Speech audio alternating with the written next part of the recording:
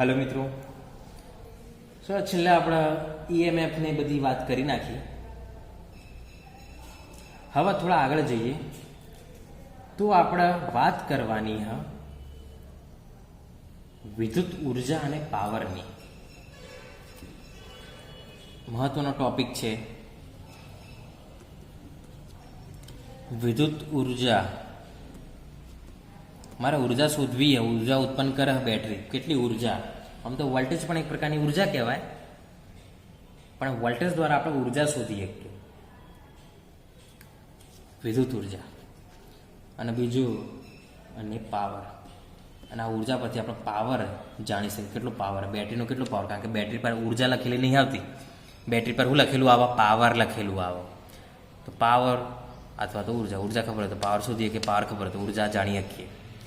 બરાબર? તો આ ઉર્જા અને પાવરની આપણે વાત કરવાની છે. ચલો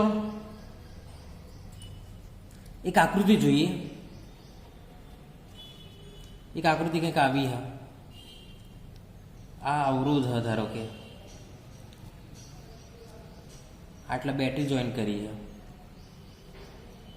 આટલે કોઈ કળ રાખી લઈએ. કળ એટલે આપણને ખબર ભાઈ ઓન ઓફ કરવા માટે કળ વપરાય. કળ એટલે ખબર પડી ઓન ઓફ કરવા. જો આ કળ આ રીતના હોય તો ચાલુ હોય, મતલબ વાયર જોઈન્ટ આ ટપકું ના હોય તો સમજી જવાનું બંધ. બરાબર? ખરેખર તો કળ આમાં આવી હોય આ રીતે, આ રીતના અને જોઈન કરી નાખે તો ચાલુ થઈ જાય, અને આમ હટાવી લીધું તો બંધ થઈ જાય. કળ દસમાં તમે જોયું તો એનો સિમ્બોલ આવ્યો, બેટરીનો સિમ્બોલ આવ્યો.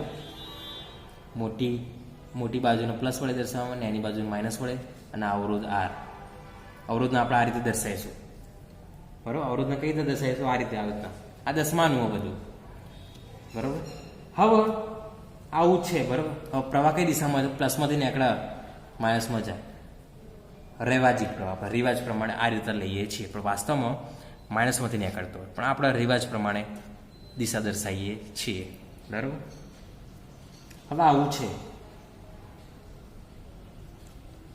મારા વિદ્યુત ઉર્જાની ગણતરી કરવી. વિદ્યુત ઉર્જાની મારે ગણતરી કરવી છે. તો વિદ્યુત ઉર્જા એ આપણી સ્થિતિ ઉર્જા જ છે. વિદ્યુત ઉર્જા એ આપણી સ્થિતિ ઉર્જા જ છે. સ્થિતિ ઉર્જા એટલે આપણે શું હતું? સ્થિતિ ઉર્જા એટલે શું હતું?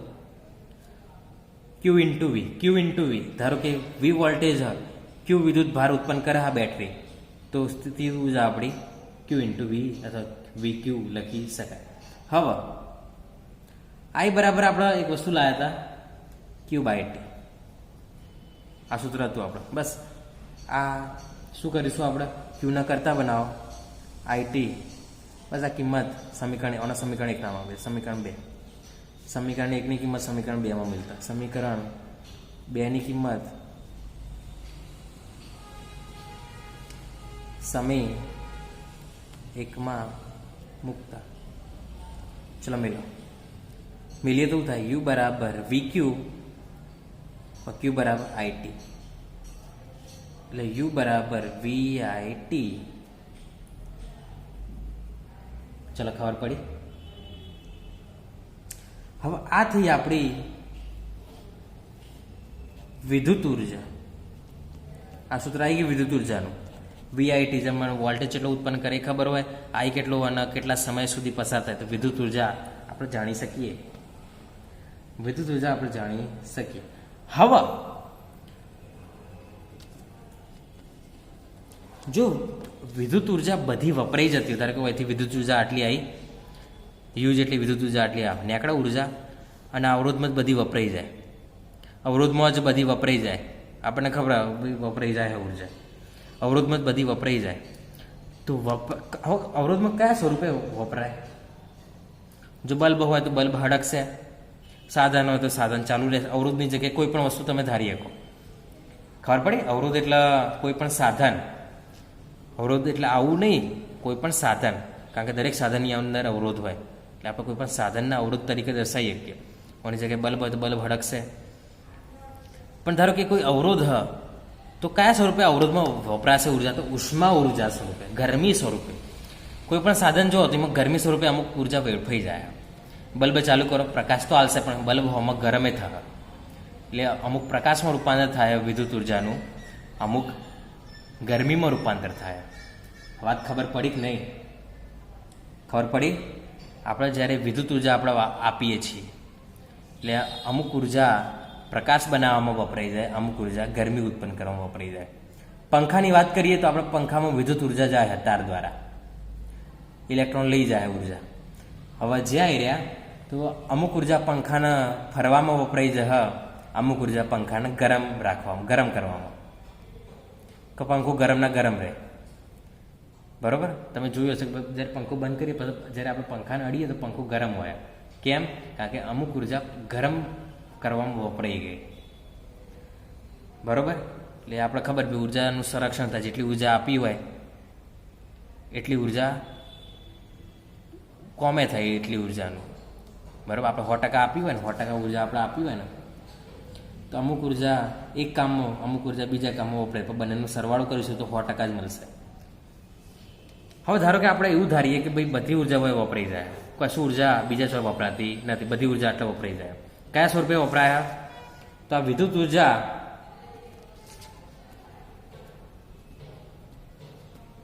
ઉષ્મા ઉર્જા સ્વરૂપે વેડફાય છે. મોટા ભાગે ઉષ્મા ઉર્જા સ્વરૂપે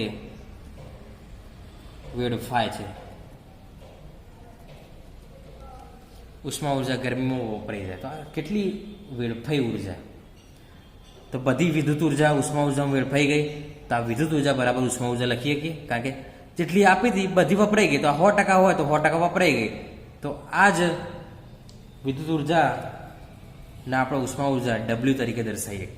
ખબર પડી કે આ વિદ્યુત ઉર્જા એ આખી નાખી વપરાય તો ઉષ્મા ઉર્જા. ખબર પડી કે નહીં? વાત 100% આપી તું 100% વપરાઈ ગયું, 100% આપી તું 100% વપરાઈ ગયું, 100% વિદ્યુત ઉર્જા આપી હતી ઉષ્મા ઉર્જા સ્વરૂપે વપરાઈ ગઈ.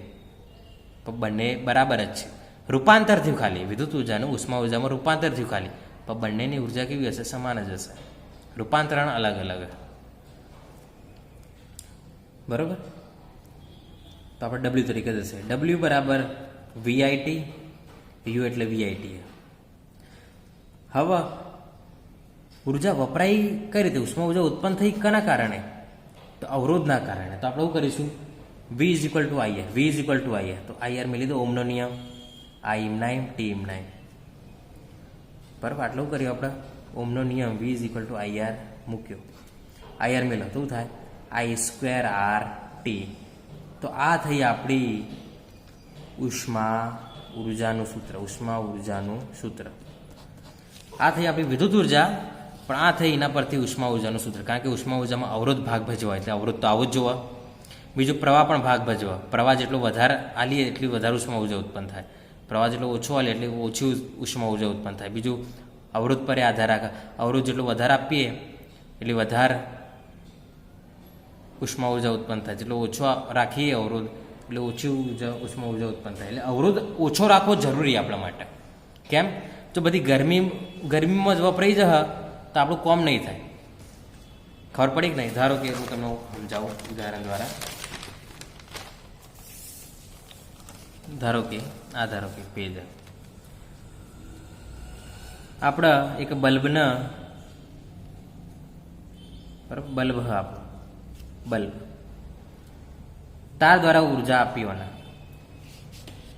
બલ્બ શું કરશે? પ્રકાશમાં રૂપાંતર, પ્રકાશ ઉર્જા આપશે. બીજું ઉષ્મા ઉર્જા, કારણ કે ગરમે થયેલી ઉષ્મા ઉર્જા પણ ઉત્પન્ન કરશે. જો બલ્બનો અવરોધ વધારે હોય તો કઈ ઉર્જા વધારે મળશે? આ રહી. કેમ? કારણ કે ઉષ્મા ઉર્જા R પર આધાર, R જેટલું વધારે તો W એટલું વધારે. તો આ વધી જાય અને હોમાં પ્રકાશ ઘટશે. કારણ કે આપણે આપીએ 100% ઉર્જા આપીએ, પણ 60% તો આ જ ખાઈ જાય અને મને બાપડાને મળે 40%. આવું થાય તો પ્રકાશ આપણને ઓછો મળશે, ગરમી વધારે ઉત્પન્ન થશે. પણ આપણે તો બલ્બ શાના માટે લાયા છીએ? પ્રકાશ માટે, ગરમી માટે નહીં. તો આપણે કંઈક કરીને ઓને ઘટાડવો પડશે, ઓને વધારવો પડશે. તો એના માટે શું કરવું પડે? અવરોધ ઓછો રાખવો પડશે. જો અવરોધ ઓછો હોય તો શું થાય? પ્રકાશ ઉર્જા આપણને વધારે મળશે, ઉષ્મા ઉર્જા ઓછી ઉત્પન્ન થશે. વાત ખબર પડી કે નહીં? તો અવરોધ આપણે ઓછો રાખવો પડે. એટલે અવરોધ ઓછો રાખવો એ આપણા ફાયદાકારક. કોઈ પણ વસ્તુનો અવરોધ શૂન્ય તો ના જ કરીએ. ગઈકાલે આપણે જોયું હતું ગયા લેક્ચરમાં કે ભાઈ કોઈ પણ વસ્તુનો અવરોધ શૂન્ય તો ના જ કરીએ કાંઈ, થોડા પ્રમાણમાં હોય. આપણે તાપમાન ભલે સુપર કંડક્ટરની આપણે વાત કરી હતી, તાપમાન કોઈ ચોક્કસ તાપને અવરોધ શૂન્ય થઈ જાય, પણ શૂન્ય નહીં, પણ શૂન્યની નજીક થઈ જાય. શૂન્ય ના કરીએ કાંઈ આપણે કોઈ પણ અવરોધ, અને અવરોધ શૂન્ય થઈ જાય તો આપણા ઘણા કોમ થઈ જાય. આ જે ઉત્પન્ન થાય ગરમી એ ઉત્પન્ન થાય નહીં, બરાબર, અને ઘણી બધી વસ્તુ કામ થઈ જાય, બરાબર. તો એના માટે અવરોધ ઓછો રાખવો પડે આ સૂત્ર પ્રમાણે, કારણ કે સમપ્રમાણમાં. ચલો એના પછી આપણે પાવર જોઈ લઈએ. પાવર એટલે પી વડે દર્શાવવામાં આવે. પાવર એટલે શું એની વાત કરીએ તો વ્યાખ્યા જોઈ લઈએ પહેલાં, એટલે વધારે ખબર પડશે. વ્યાખ્યા કંઈક આવી છે પાવરની. એકમ સમયમાં વપરાતી વિદ્યુત ઉર્જા કે ઉત્પન્ન થતી ઉષ્મા ઉર્જા ને પાવર કહે છે. આ સૂત્ર થઈ ગયું, વ્યાખ્યા થઈ ગઈ. શું કે એકમ સમયમાં વપરાતી ઉષ્મા, કારણ કે વિદ્યુત ઉર્જા વપરાય અને ઉત્પન્ન થાય, ઉષ્મા ઉર્જા ઉત્પન્ન થાય, એટલે એકમ સમયમાં જેટલી વિદ્યુત ઉર્જા વપરાય એટલી ઉષ્મા ઉર્જા ઉત્પન્ન થાય. એટલે આપણે આમ પણ કહીએ કે ભાઈ વપરાતી ઉષ્મા ઉર્જા અથવા તો ઉત્પન્ન થતી ઉષ્મા ઉર્જા ને પાવર કહેવાય, બંને એક જ છે. એટલે આપણે પાવરનું સૂત્ર આવી જાય. પાવર પી બરાબર W/T પણ લખી શકો, U/T પણ લખી શકો. W/T એટલે ઉષ્મા ઉર્જા ભાગ્યા સમય લખી શકો, વિદ્યુત ઉર્જા ભાગ્યા સમય પણ લખી શકો. ઉત્પન્ન વપરાતી ઉષ્મા ઉર્જા એકમ સમયમાં, ફરીથી વપરાતી વિદ્યુત ઉર્જા એકમ સમયમાં, અથવા તો ઉત્પન્ન થતી ઉષ્મા ઉર્જા એકમ સમયમાં. એટલે આ વ્યાખ્યા થઈ ગઈ. વ્યાખ્યા પછી સૂત્ર બની ગયું.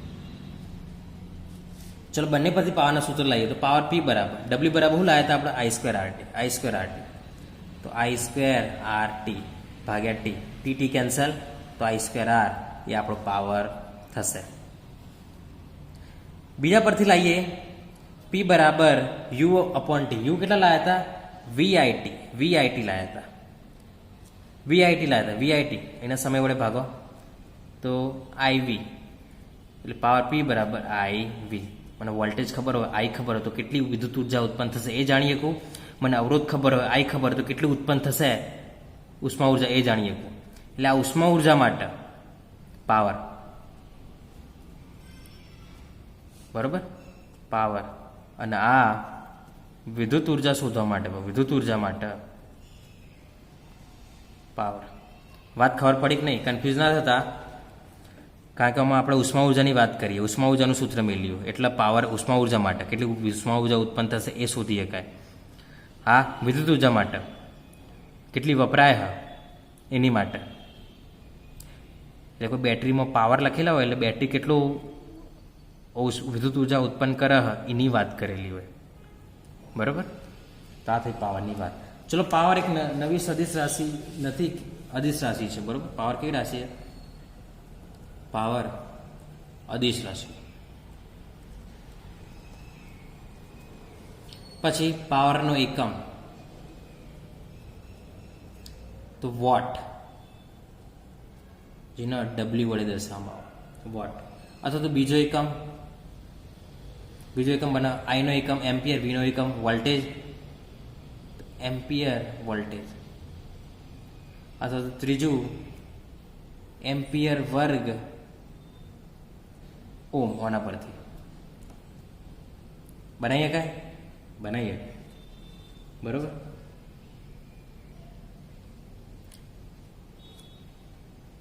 તો આ થઈ વાત. પારિમાણિક સૂત્ર તમારે જાતે હું તમને આપી દઉં છું. પારિમાણિક સૂત્ર તમારે જાતે શોધવાનું. એમ્પિયરનો વોલ્ટનો ઉપયોગ કરો. એમ્પિયરનું પારિમાણિક A1, વોલ્ટનું પારિમાણિક બધું ભેગું કરી નાખો તો તમે પારિમાણિક સૂત્ર મળી જશે. એટલે પારિમાણિક સૂત્ર તમારે ઘરે. ચલો હવે આગળ જોઈએ. હવે આ બધી વાતો કરનાર વ્યક્તિ કોણ હતો? આ બધી વાતો આપણે કરી, પણ આપણે કોને વાત કરી હતી આ બધી? આપણે તો કોઈ કીધું જ ના. તો જૂલ નામના વૈજ્ઞાનિકે. અને કોને વાત કરી? તો જૂલ નામના વૈજ્ઞાનિકે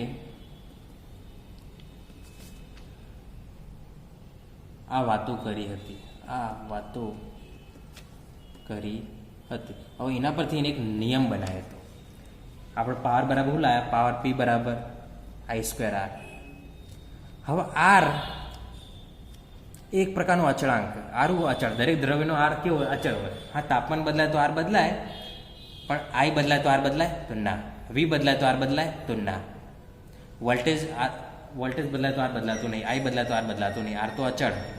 આર તો શું અચળ? એકાના પર આધાર રાખે. કાં તો લંબાઈ બદલાય તો બદલાય, કાં તો ક્ષેત્રફળ બદલાય તો બદલાય, કાં તો તાપમાન બદલાય તો બદલાય. આપણે જોયું હતું અવરોધમાં કે ભાઈ આર એ એલ અને ક્ષેત્રફળ પર આધારિત હોય. લંબાઈના સમપ્રમાણમાં હોય, ક્ષેત્રફળના વ્યસ્ત પ્રમાણમાં હોય અને તાપમાનના સમપ્રમાણમાં હોય. જોયું હતું આપણે. પણ આઈ પર આધાર રાખે ના.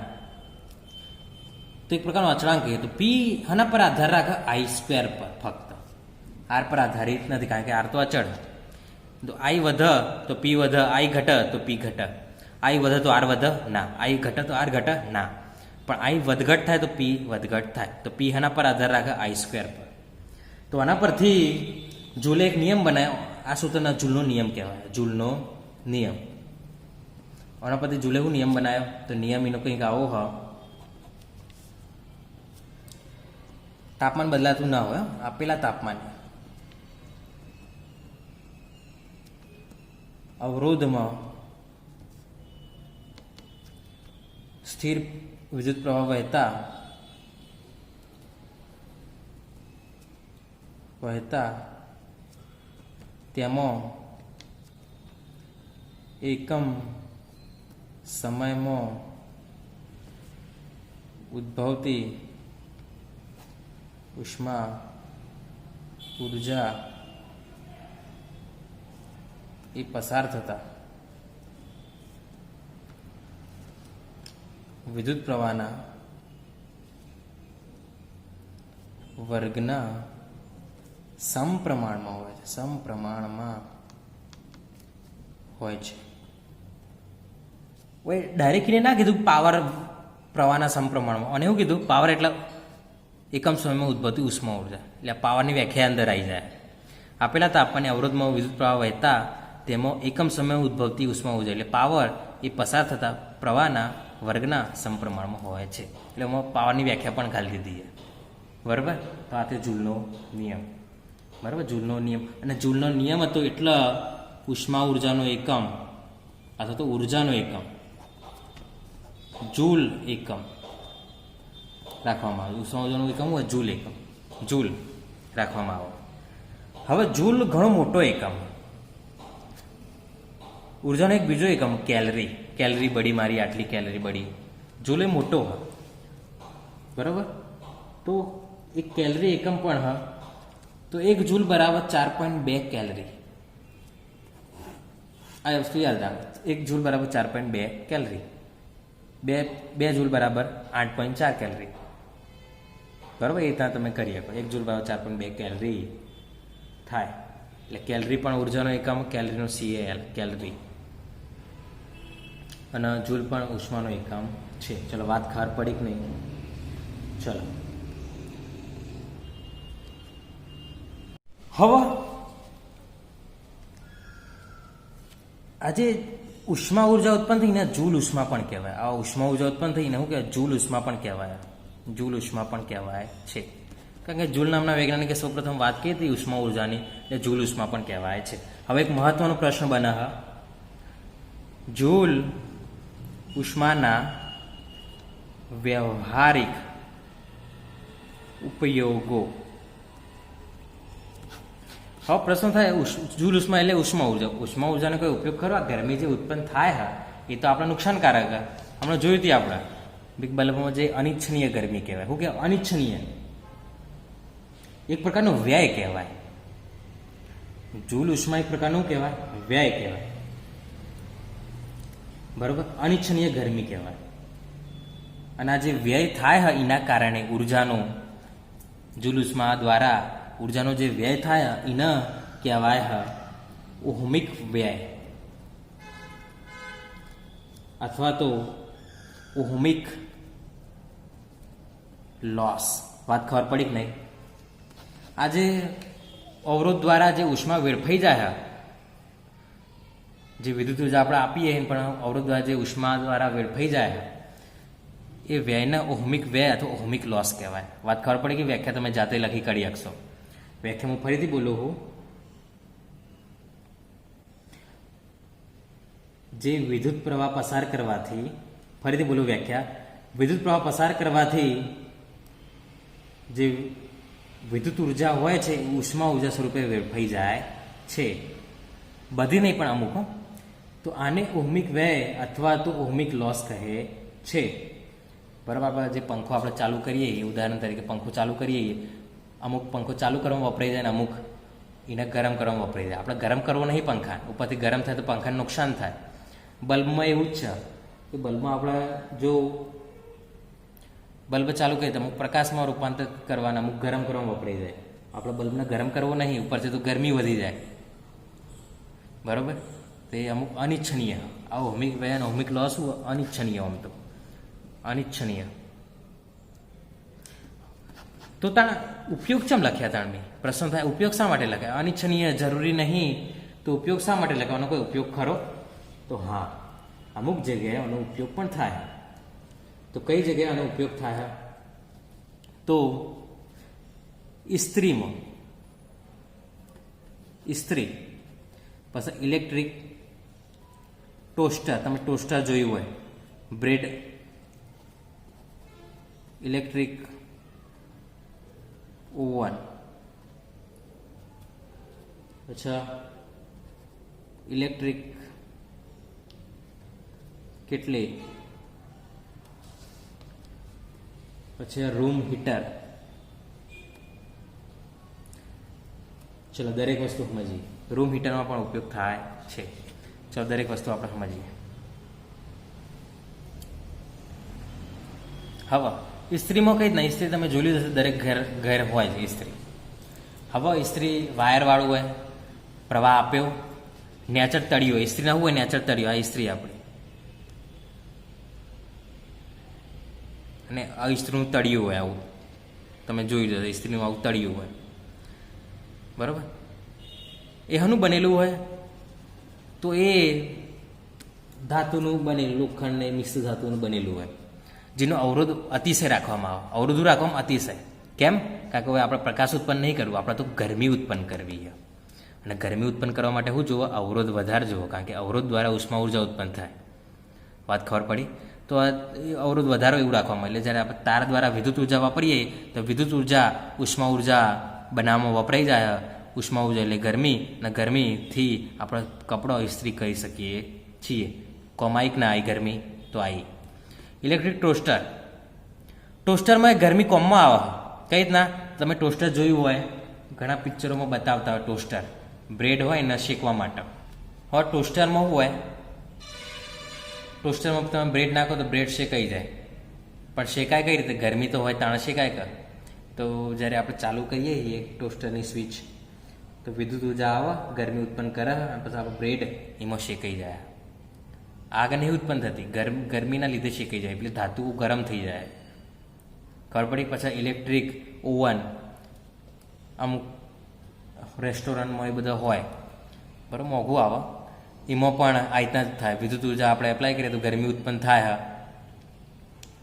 અને આપણે ખાવાનું પકાવી શકીએ છીએ. પછી ઇલેક્ટ્રિક કેટલી, ચા ગરમ કરવા માટે વપરાય. ઇલેક્ટ્રિક કેટલીમાં વિદ્યુત આપવાથી ચા ગરમની ગરમ રહે, અથવા તો ચા બનાવી શકાય એવી કેટલીઓ આવું. પછી રૂમ હીટર. રૂમ હીટર આપણા ઇન્ડિયામાં ખાસ જોવા મળતા નથી, પણ તમે વિદેશોમાં જો, જો ઠંડી વધારે જોવા મળે. હવે જો ઠંડી વધારે જોવા મળે, જો બરફ પડતો હોય, એવા લોકો એસી ના વાપરે, એ કાન રૂમ હીટર વાપરે. આપણે જેમ એસી વાપરીએ છીએ કારણ કે આપણે ગરમી પડે, આપણે ઠંડીની જરૂર હોય. પણ જે લોકો ઠંડા પ્રદેશોમાં રહેતા હોય એને ગરમીની જરૂર હોય, એટલે એરા એસીની જરૂર, એસી ના વાપરે, એ રૂમ હીટર વાપરે. રૂમ હીટર એટલે સ્વિચ ચાલુ કરો, ગરમી ઉષ્મા ઉર્જા ઉત્પન્ન થાય, રૂમને ગરમ રાખો, તો રૂમ હીટર એના કહેવાય. તો આ રીતે અમુક સાધનોમાં આપણે ગરમી પણ ઉપયોગી છે. તો બરાબર. તો આમ તો અનિચ્છનીય મોટાભાગના સાધનોમાં, પણ અમુક એવા સાધનો પણ આપણે વિકસાવ્યા હોય કે જ્યાં આ ગરમી, આ અનિચ્છનીય ઉષ્મા ઉર્જા આપણા કામની છે. ચલો વાત ખબર પડી ગઈ. એટલે આ ફાયદાઓ આમ એવું દર્શાવ્યું ઉપયોગો એટલે એક પ્રકારના ફાયદાઓ. હવે નેક્સ્ટ લેક્ચરમાં આપણે આ લેક્ચર થોડું લાંબુ થઈ જશે એટલે આપણે નેક્સ્ટ લેક્ચરમાં આપણે રાખીએ. નેક્સ્ટ લેક્ચરમાં આપણે જોઈશું કે આ જે જૂલ ઉષ્મા ઉત્પન્ન થાય, આ ઉષ્મા ઉર્જા જે ઉત્પન્ન થાય એના કોઈ નુકસાન ખરા? તો નુકસાન તો હા જ, મેં તમને કીધું કે પંખો જો વધારે પડતું ઉત્પન્ન થઈ જાય તો પંખો બળી જાય, આવું કે બલ્બ બળી જાય. એનો જે બલ્બો હોય બલ્બમાં આ રીતના બલ્બમાં એક ટંગસ્ટનનો તાર હોય, તમે જોયો એક તાર હોય આ રીતે, એ ટંગસ્ટનનો હોય. ટંગસ્ટનનો શા માટે રાખવામાં આવે તો એનું કારણ હું તમને કહી દઉં. બલ્બમાં જે તાર હોય એ તાર પ્રકાશ ઉત્પન્ન કરતો હોય, બરાબર. કઈ રીતના ઉત્પન્ન કરે એની વાત આપણે આગળ જોઈશું, પણ જ્યારે આપણે વિદ્યુત ઉર્જા વાપરીએ તો પ્રકાશ આરો તાર ઉત્પન્ન કરતો હોય. બલ્બમાં તમે જોયેલું જ હોય, ના જોયું હોય તો હાલ જ તમારા ઘેરથી બલ્બ હોય એમાં જોવાનો પ્રયત્ન કરો. આવો એક અથવા બે હોય, બે તાર હોય, ઘણી વખતે એકે તાર હોય. હવે જ્યારે આલીએ પ્રકાશ ઉત્પન્ન કરે, હંગાત ગરમી ઉત્પન્ન કરે. ગરમી બલ્બના અંદરના અંદર રહે. અમુક ગરમી બહાર આવે પણ બલ્બના અંદર વધારે ગરમી રહે, એટલે બલ્બ ગરમ હોય. અને આ ગરમી જો વધી જાય તો આ તાર પીગળી જાય, તારું તાર પીગળી જાય. એટલે આપણે કહીએ કે બલ્બ બગડી ગયો, બલ્બ ઉડી ગયો. વાસ્તવમાં તાર પીગળી ગયો, બરાબર. એટલે જો આપણે સામાન્ય ધાતુ વાપરીએ તો તાર તરત પીગળી જાય. એટલા માટે ટંગસ્ટન વાપરવામાં આવે, કારણ કે ટંગસ્ટનનું ગલન બિંદુ ઊંચું હોય. ગલન બિંદુ કેટલું ઊંચું હોય? એનું ગલન બિંદુ 3380°C. એટલે આટલું તાપમાન આપશું તણાઈ પીગળશે. 3380°C એટલે આટલું તાપમાન આપશું તણાઈ પીગળશે. એટલે એનું ગલન બિંદુ ઊંચું હોય, એના કારણે એના બલ્બમાં વાપરવામાં આવે. એટલે આપણે જ્યારે વિદ્યુત ઉર્જા વાપરીએ, ગરમ થાય, ભલે ગમે તેટલું ગરમ થાય પણ પીગળતું નથી. એટલે એનો આપણે પેલું એ કરી નાખીએ, એનો ઉકેલ પણ શોધી નાખ્યો હોય. પણ આ નુકસાન કે ભાઈ વસ્તુઓ બગડી જાય, ગરમ થઈ જાય, તાર પીગળી જાય. પણ અમુક જગ્યાએ આ પીગળવું જરૂરી પણ છે. હવે નેક્સ્ટ ટાઈમ આની થોડી વધારે વાત કરીશું. આ લેક્ચર આજે અત્યાર સુધી રાખીએ, બરાબર? સારું.